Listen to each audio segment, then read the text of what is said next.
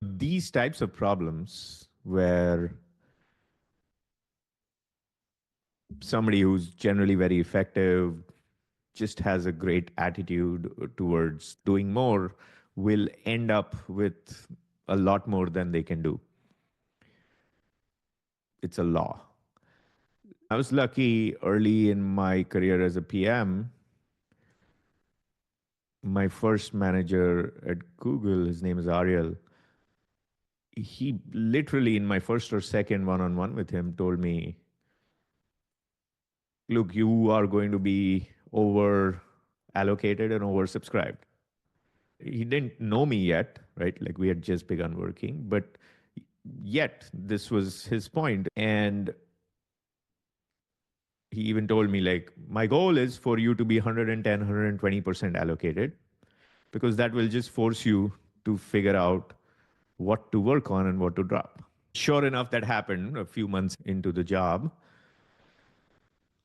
And it was very straightforward, right? It wasn't like a point of stress. I mean, I was stressed for other reasons in the job, but this was not a point of stress between me and my management, because the whole conversation was, yeah, you have too much, let's prioritize. And yeah, you're going to drop some things. This is part of the Google, back then, the Google AdWords organization, which is like very well run. I was basically told, yeah, we expect you to drop some things, right? It's okay. I was lucky to have that experience early on, because while I did not understand at the time, I did not understand nor appreciate the wisdom behind that. It gave me a chance to kind of then apply similar ideas and principles as I started leading teams. So now to bring it back, I think all of these problems are problems of product leadership. So somewhere here, the product leader is failing. It is not the product manager's failing. It's not the CEO's failing. It's somewhere in between, right? Because the product leader and leaders at every level need to be clear about what matters, why it matters, and what matters less, and why it matters less. The common pattern I see is there's this nonsense feedback culture, which is at least partly to blame here, which is like, oh, you got to give people feedback. Particularly, you got to give people some constructive feedback, right? What are you not doing well?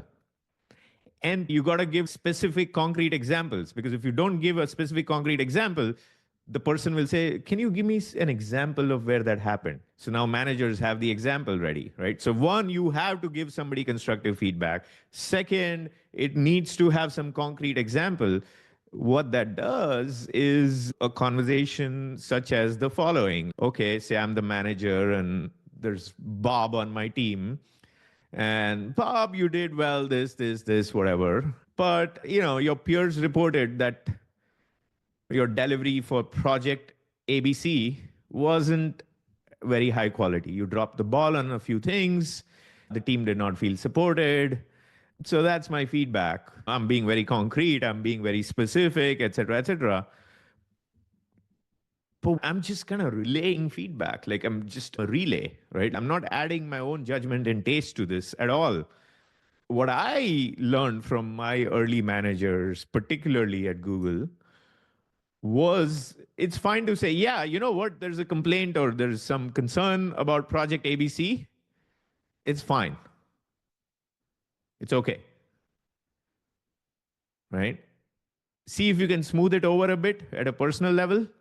But other than that, I think you did right. I think you picked the right priorities. You're working on PQR, XYZ. Those are clearly high priorities. So continue doing that. And make sure you're clear to this person that you don't have that much time. And empower people on the team to take on more without kind of PM help, as an example. So this is why I say it's a problem of product leadership. It is fine for a product leader to just say, yeah, this is not important, this is more important. It is fine for a product leader to even sometimes say in one-on-ones, like, I'm confused. Why are you working on this? This is not at all a priority. I understand you were asked to work on it, and I'm here to help you figure out how you address the ask. I'm here to help you out on how you might delegate and effective ways to delegate. I'm here to help you with all of that, but I really wish you wouldn't spend your time on this. So, how often does this kind of feedback get shared? And when product leaders don't share this kind of feedback, that is a problem. Now, it's also worth thinking about why don't product leaders share this kind of feedback? Well, there's two main things. One is they themselves don't have a sense of what is priority. And the other reason is they are themselves a little afraid and insecure. Because if they documented to have said that, okay, this is a lower priority, now if some stakeholder comes back to them and says, hey, why is this not happening? Or we heard your team said it's a lower priority, they don't know how to justify, they don't have a rational basis for doing that, they don't have the confidence or conviction. They themselves might be trying to make everybody happy. So these are the reasons why that happens. And sometimes it's also a communication issue. They just don't know how to say it. They don't have the right words. They don't have the communication finesse to be able to deal with this. So it is ultimately a product leadership problem. And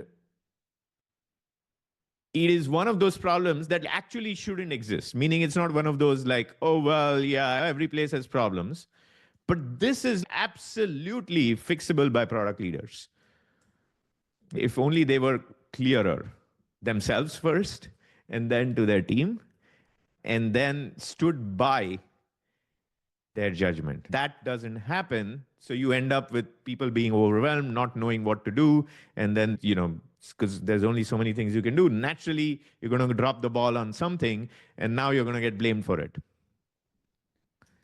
I made the naive mistake of taking on some responsibilities that were not strictly my responsibilities, but just for the sake of the organization. So at Stripe, what happened is like the company was expanding and the PM team started expanding. So there would be this question of what do we do with these 2, 3 PMs? They're just by themselves working on this area. We don't have a leader in that area, nor do we expect to hire someone, but we do need somebody in the system as a manager for this person, right?